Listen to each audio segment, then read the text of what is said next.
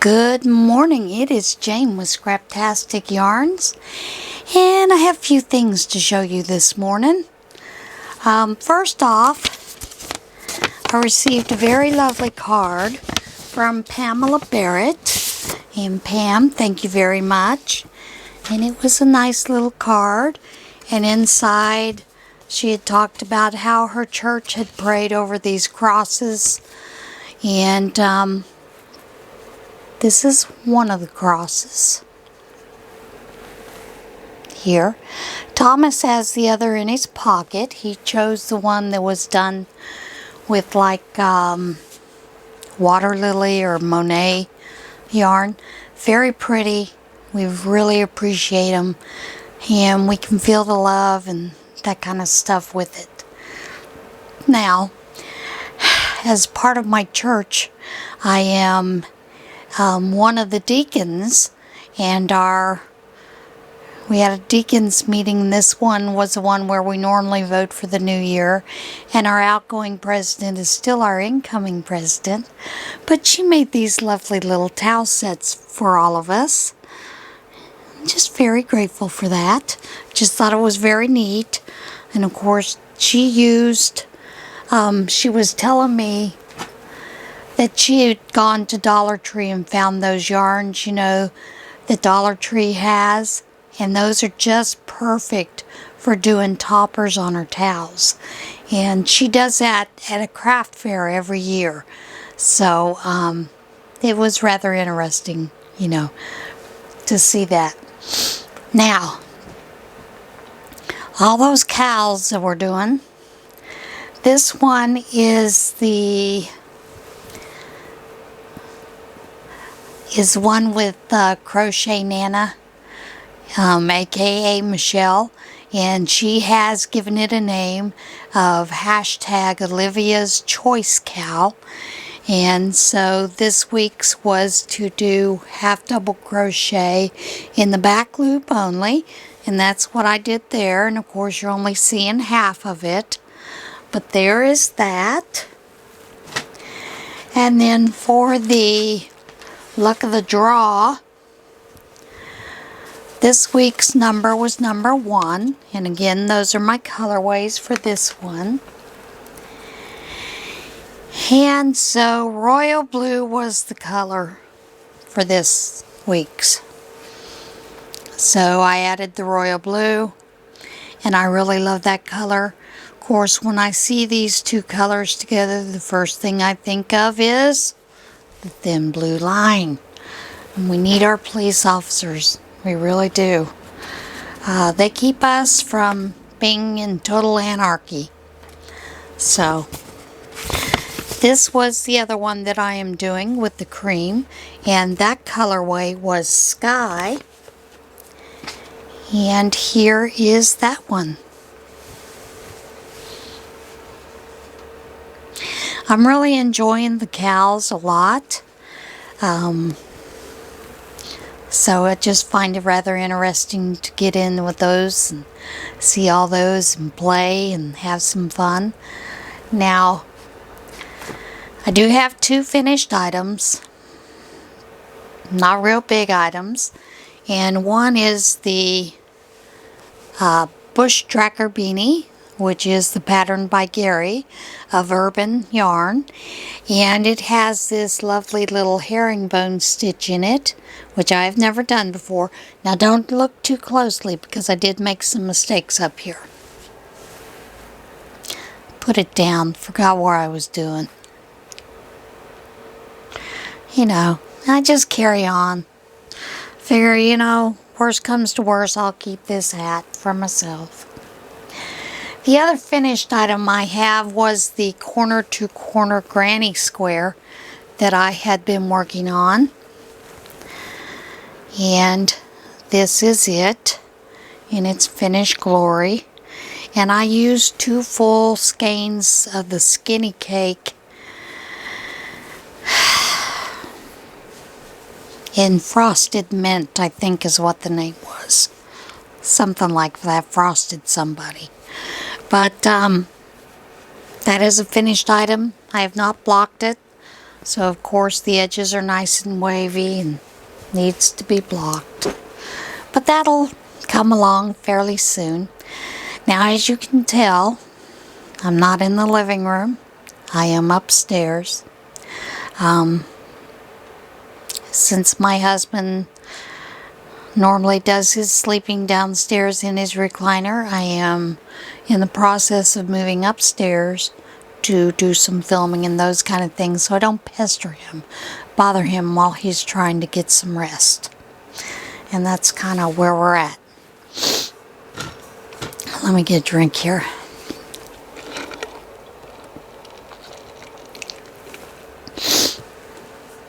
I am also in the process of getting up my other channel. I do have a second channel, but I haven't got any videos up, haven't done anything with it yet, and that is So Scraptastic, S-E-W Scraptastic, or the that are Scraptastic Sews, something like that. But yeah, it escapes my mind right now. But I'm working on getting that set up, and I will be working on quilts. My cousin sent me the quilts that my Nana had made in the 80s, and I need to start quilting those so that they can be given out to different charities, those kind of things. So I was kind of going to feature that, maybe some little sewing things, you know, fun stuff. But that's in the future, working on getting that one up and going. Such is life. It's fun, right? All right. Now, are you ready for a little water intonation? I know I am. This first one comes from Kansas. A Kansas man was ordered to remove his giant Chiefs mural from the side of his home. You know, HOAs can be somewhat of a good thing, but at the same time, they can be kind of very restrictive on your First Amendment rights. Let's just put it that way. A Kansas man who turned his love for the Kansas City Chiefs into a giant mural on the side of his house said the city has ordered him to take it down. Chris Chansey said he spent about 60 hours painting the mural of the Chiefs players Patrick Mahomes, Eric Fisher, and Mitchell Schwartz on the side of his Kansas City home to commemorate the team's 2020 Super Bowl victory. We don't have any HOA here. We don't have any restrictions that I know of. I just thought I'm going to paint my house, so let's have some fun, Chansey told KTVI TV. Chansey said he received a letter from the city giving him until March the 31st to remove the mural. The letter told Chansey the mural signs are not allowed in areas zoned as residential, escalating penalties from $100 to $1,500. They even went as far to say that they can take a lien against my property, Chansey said. He said he was going to paint over the mural, but a friend suggested a different idea. I had a friend who's been in the back of my ear telling me that he wants it. He wants to buy it. He wants to steal it off of my house, he said. I called him this morning and told him and said, you've got 13 days. City told me I had to get rid of it in 13 days, so you've got 13 days. The city told me 13 days, that's all you got. He said he'll have a crew out there next week, Chansey said. The city responded to the controversy. Fans can all agree this Chiefs mural is awesome. Unfortunately, murals, including awesome ones like this, are not allowed in residential areas per the city's codes of ordinances. Unified Government of Wynandot County, Kansas City said in a statement to KSHB TV. Now I'm hoping that next week, or in the weeks following, there'll be a follow-up story as to what happened to that mural and how his friend is going to get it off of his house. Have you ever thought about owning an island? What about one in Scotland? Scottish island for sale with an opening bid of $111,700. $111,700, sorry. An auction house announced an entire 11-acre island in the Scottish Highlands, no less, will be auctioned online with a starting bid of $111,700. Auctioneers Future Property said Deer Island, on Scotland's west coast, is a space that can be enjoyed with zero chance of intrusion. There goes my voice. Sorry. Property manager Stephen McCluskey said the island is being sold for the first time after being owned by the same family for the past 500 years. The closest island, Eileen Shona, is owned by Vanessa Branson, sister of British businessman Richard Branson. They use that as a business. Eileen Shona is bigger, significantly bigger, but they've got chalets and a retreat there where a number of celebrities go and stay, McCluskey told CNN. Deer Island, by comparison, is as undeveloped as can be, McCluskey said. It's rock and trees, really, at the moment. There's nothing on it, and never been anything built on it, or any application to have anything on it. He said, there's nothing at all. It's been completely uninhabited for 500 years. McCluskey said the new owners will receive relevant planning permissions from the Scottish government before attempting to build anything on the island. Deer Island is expected to sell for $209,000 to $279,000 in the March 26th online auction. So get your bids in. Oh, in the Scottish Highlands. Oh, that would be really nice, wouldn't it? Oh well. Goat that led police on chase through Las Vegas is adopted. A goat that led police on a chase near downtown Las Vegas has been adopted and is now headed to a new permanent home, animal rescuers said. The 1-year-old goat, dubbed Buzzy, led police and animal control officers on a chase for more than an hour Saturday in a neighborhood near the city's downtown. Buzzy was taken in by the Animal Foundation, which treated the animal for a minor respiratory infection. The foundation said Buzzy will still need treatment after being transferred to his new home, but he is expected to make a full recovery. The Animal Foundation said investigators attempted to identify Buzzy's owners, but he was put up for adoption Thursday when no one came forward to claim him. Officials said the goat was adopted just before the rescue closed for the day on Thursday. Lucky Buzzy.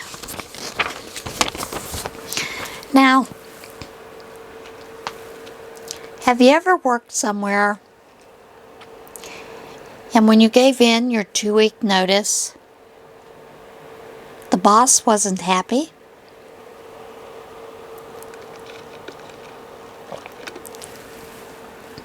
Apparently that happened to this man. And it's rather interesting how his boss, ex-boss, let him know about it. Last paycheck from ex-employer shows up as oil-covered pennies. A Georgia man who was expecting his final paycheck from a former employee said the money instead arrived in the form of 500 pounds of oil-covered pennies dumped in his driveway in the middle of the night. Andreas Flatten said he submitted his 2 weeks' notice in writing in November. And Miles Walker, the owner of Walker Luxury Auto Works in Peachtree City, had a noticeable negative reaction. He gets up, puts his hands on his head, walks out the door, and disappears for like an hour, Flatten recounted to WGCL-TV.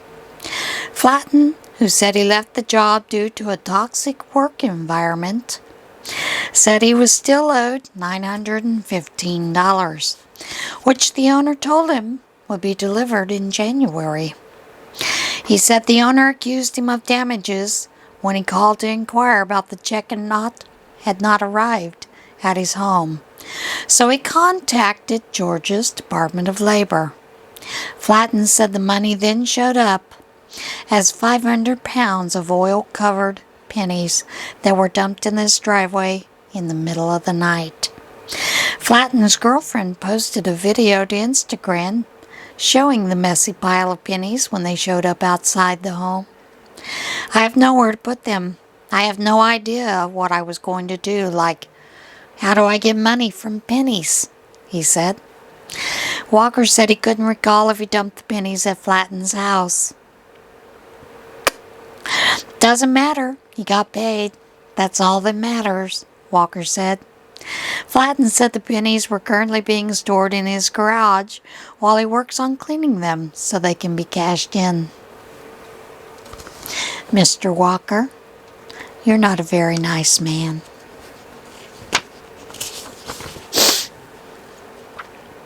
Home-invading raccoon found sleeping in dishwasher. An Ohio police officer responded to a resident's home to remove a raccoon found sleeping in a dishwasher after it broke in through a bathroom light and ransacked the kitchen. The North Ridgeville Police Department said the masked bandit broke into the home, trashed the kitchen, and took a well-deserved nap in the home's dishwasher, where it was found by a resident. Patrolman John Mezzo nicknamed the department's absurd animal call officer after previous encounters with a kangaroo and a cow, responded to the home to remove the invading raccoon. The raccoon was safely removed from the home without injury, the department said. And there is a picture of the said raccoon sleeping in the dishwasher. Of course, you'll find all the links below. Links for the cows, those kind of things as well. Now, I know I had told you I had planned on doing a giveaway, and I just haven't had a chance to get up into that area to get things cleaned out and pulled for a giveaway. So I'm going to give away a couple of items that I know where they are sitting because they are right by me, and that is going to be the giveaway for today. But before we do the giveaway, I am going to tell you, someone had asked me about how I do my color coordination or something with my stash. Can't remember the exact question, but I'll tell you what I did. There was that one year that I emptied everything out onto the bed, and there's a video way back when of me doing that. And what I did is I started sorting things into the totes, by colors, by, brand, those kind of things, but mostly by colors, because I needed to know what I had. And what I did is I took a spiral notebook and I numbered all of these totes, 1 through however many. And actually there were about 26 totes. So, in each tote on its number had listed kind of what was in it. But on the spiral notebook for tote number 1, I would list, like say it was all white yarns. I had 5 Super Saver white yarns, 6 Stitch Studio, whatever it was. They were all listed, everything that was in that tote, on one page. Then I turned the page for the next tote, tote number 2, listed everything that was in tote number 2.